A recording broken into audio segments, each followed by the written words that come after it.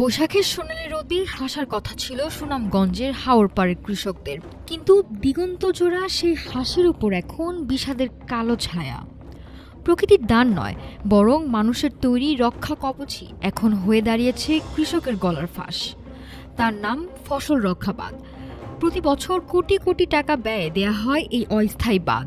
লক্ষ্য ছিল অকাল বন্যা ঠেকানো, কিন্তু এবারের অতিবৃষ্টিতে সেই বাঁধই আটকে দিয়েছে হাওরের পানি নিষ্কাশনের পথ না থাকায় তলিয়ে যাচ্ছে হাজার হাজার হেক্টর জমির ধান। ফলাফল, কৃষকদের মধ্যে এখন গৃহযুদ্ধ।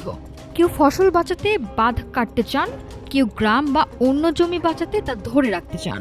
পরিস্থিতি সামলাতে জারি করা হয়েছে ১৪৪ ধারা। বাঁধ কাটতে গিয়ে মাটি চাপায় প্রাণ গেছে তরুণের।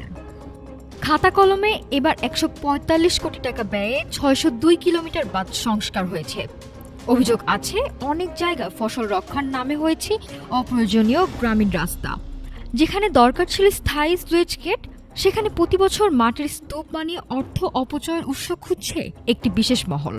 বিশেষজ্ঞরা বলছেন, অপরিকল্পিত এই মাটির বাঁধ হাওরের তলদেশ ভরাট করছে, বাধা দিচ্ছে মাছের প্রজননও। নদী খনন আর স্থায়ী কারিগরি সমাধান ছাড়া এই সংকট কাটবে না।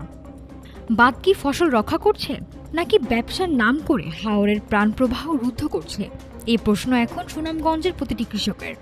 সমাধান না মিললে আগামী বৈশাখগুলো হয়তো চোখের জলেই কাটবে হাওর পাড়ের মানুষের। নাফিসা সামিয়া, ঢাকা টুডে।